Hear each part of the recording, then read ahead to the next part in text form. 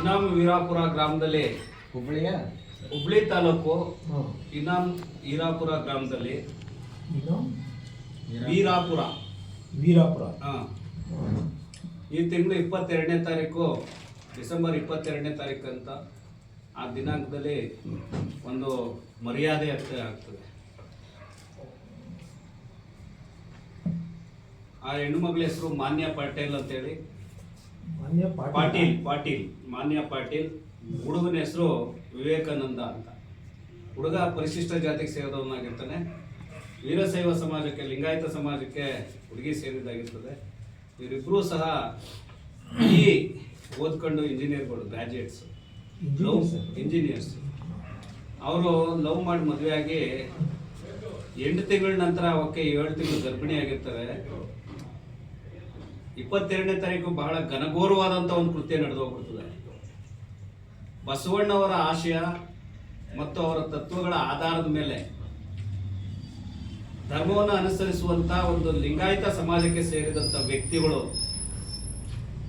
ಮನುಷ್ಯತ್ವವನ್ನು ಮರೆತು ಬಹಳ ಕ್ರೂರವಾಗಿ ತಾನು ಜನ್ಮ ಕೊಟ್ಟಂತ ಮಗಳಿಗೇನೆ ಸಹ, ಆಕೆ ಗರ್ಭಿಣಿ ಅಂತ ಗೊತ್ತಿದ್ರು ಸಹ, ಪರಿಶಿಷ್ಟ ಜಾತಿಯ ಒಬ್ಬ ಯುವಕನನ್ನ ಮದುವೆ ಆದ ಒಂದೇ ಒಂದು ಕಾರಣಕ್ಕೆ ಆಕೆಯನ್ನ ಬಹಳ ಬರ್ಬರವಾಗಿ ಕೊಲೆ ಮಾಡ್ತಾರೆ. ಜಾತಿ ವ್ಯವಸ್ಥೆ ಇನ್ನು ಯಾವ ಮಟ್ಟದಲ್ಲಿದೆ ಅಂತ ಹೇಳಿದ್ರೆ, ಎಲ್ಲರೂ ಹೇಳ್ತಾರೆ ಒಬ್ಬ ಆರ್ಥಿಕ ಮತ್ತು ವಿದ್ಯಾವಂತ ಗುಣಮಟ್ಟಗಳು ವಿದ್ಯಾರ್ಹತೆ ಪಡೆದಂತ ವ್ಯಕ್ತಿ, ಆರ್ಥಿಕತೆ ಪಡ್ಕೊಂಡವನು ಏನ್ ಬೇಕಾದ್ರೂ ಸಾಧಿಸ್ಬೋದು ಅಂತ ಬಾಯಿಲಿ ಹೇಳಂತ ವ್ಯಕ್ತಿಗಳು ಇವತ್ತು ಅವನೊಬ್ಬ ಗ್ರಾಜ್ಯುಯೇಟ್, BE ಓದಿರುವಂತ ಇಂಜಿನಿಯರ್ ಮದುವೆ ಆಗಿದ್ದಾನೆ, ಅವನ ಜಾತಿ ಒಂದೇ ಒಂದು ಕಾರಣಕ್ಕೆ ಇಟ್ಕೊಂಡಿದ್ದಾನೆ, ಆ ಒಂದು ಕೊಲೆ ನಡೆಸ್ತಾರಲ್ಲ, ಇದು ಇಡೀ ಮಾನವ ಸಮಾಜ ತಲೆ ತಗ್ಸುವಂತ ವಿಚಾರ ಆಗಿದೆ. ನಾವು ಈ ಪತ್ರಿಕಾಗೋಷ್ಠಿ ಕರೆದಿರೋ ಉದ್ದೇಶ ಇಷ್ಟೇ. ಏನು ಹಿಂದೂಗಳು ನಾವೆಲ್ಲ ಒಂದು, ಹಿಂದೂಗಳು ಎಲ್ಲರೂ ಒಂದು, ಎಲ್ಲರೂ ನಾವು ಅಂತೇಳಿ ಬೊಬ್ಬೆ ಹೊಡೆಯುವಂತ ಹಿಂದೂ ರಕ್ಷಕರು, ಹಿಂದೂಗಳ ರಕ್ಷಣೆ ಮಾಡುವಂತ ಮುಖಂಡರುಗಳು, ಬಹಳ ಮೇಧಾವಿಗಳಾದಂಥ ಮಾಜಿ ಸಂಸದರಾದಂಥ ಪ್ರತಾಪ್ ಸಿಂಹ ಅವರೇ,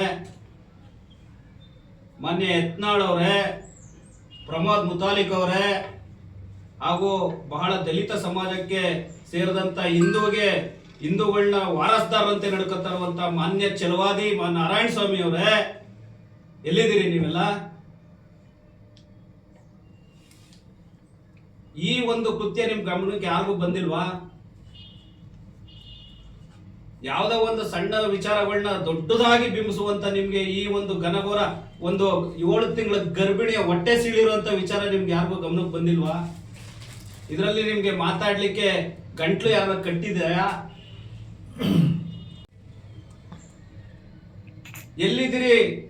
ಏನೋ ಅನುದಾನದಲ್ಲಿ ಮೀಸಲಾತಿ ಕ್ಷೇತ್ರಗಳಲ್ಲಿ ಗೆದ್ದಿರುವಂತ ಚುನಾಯಿತ ಪ್ರತಿನಿಧಿಗಳು ಎಲ್ಲಿದ್ದೀರಿ?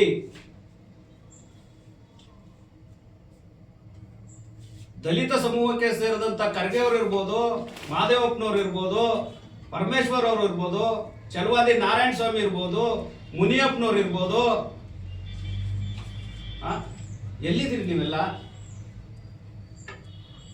ಇದಕ್ಕೆ ಯಾರಿಗೂ ಈ ವಿಚಾರಗಳನ್ನ ಎತ್ತಿ ಚರ್ಚೆ ಮಾಡುವಂಥದ್ದು, ಅವ್ರಿಗೆ ಕ್ರಮ ಜನಕ್ಕೆಯನ್ನು ಅರೆಸ್ಟ್ ಮಾಡಿದಾರೋ ಅವತ್ತೇನಾದ್ರೂ ಆ ಹುಡುಗರು ಅವನ ಏನು ದುರಂತ ಏನು ಅಂತ ಹೇಳಿದ್ರೆ, ಅಂತ್ಯ ಸಂಸ್ಕಾರಕ್ಕೂ ಸಹ ಆ ಹುಡುಗನ ಬಿಡೋದಿಲ್ಲ ಅಲ್ಲಿ ಮಾಡ್ಲಿಕ್ಕೆ, ಅಲ್ಲೂ ಹೊಡೆಯಕ್ಕೆ ಹೋಗ್ತಾರೆ.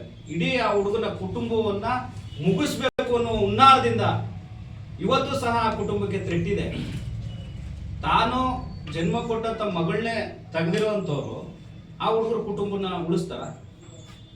ಆ ಹುಡುಗನ ಕುಟುಂಬಕ್ಕೆ ಭದ್ರತೆ ಅವಶ್ಯಕತೆ ಇದೆ. ವಿರೋಧ ಪಕ್ಷದ ನಾಯಕರ ಅಶೋಕ್ ಅವರು ಹೇಳ್ತಾರೆ, ನಾವೆಲ್ಲ ಹಿಂದೂಗಳು. ಎಲ್ಲಿದ್ದೀರಿ RSS ಅವರು? RSS ಅವರು ಎಲ್ಲಿದ್ದೀರಿ? ದೇಶನ ರಕ್ಷಣೆ ಮಾಡ್ತೀವಿ, ದೇಶದಲ್ಲಿ ಆಗಿರುವಂತ ಎಲ್ಲ ಹಿಂದೂಗಳು ನಾವೆಲ್ಲ ಒಂದು ಒಂದು ಒಂದು RSS ಅವರು ಎಲ್ಲಿದ್ದೀರಿ? ಬಜರಂಗ ದಳದವ್ರು ಎಲ್ಲಿದ್ದೀರಿ? VHP ಅವರು ಎಲ್ಲಿದ್ದೀರಿ? ಇಂಥ ವಿಚಾರಗಳು ನಿಮ್ ಗಮನಕ್ಕೆ ಬರೋದಿಲ್ವಾ? ಈ ವಿಚಾರದಲ್ಲಿ ನಾವು ಸ್ವರ ತೆಗಿಬೇಕು ಅನ್ನೋದು ಬರೋದಿಲ್ವಾ? ಬರೀ ರಾಜಕೀಯ ಅವ್ರ ಯಾವ್ದೋ ಒಂದು ಸಣ್ಣ ವಿಚಾರ ಸಿಎಂ ಕೊಟ್ಟಿಲ್ಲ ಅನ್ಕೊಂಡು ಕಚ್ಚಾಡೋದ್ರಲ್ಲಿ ನೀವು ಅಂದ್ರೆ ಈ ಒಂದು ಸಮಸ್ಯೆಗಳು ನಿಮ್ ಗಮನಕ್ಕೆ ಹೆಂಗ್ ಬರಕ್ ಸಾಧ್ಯ?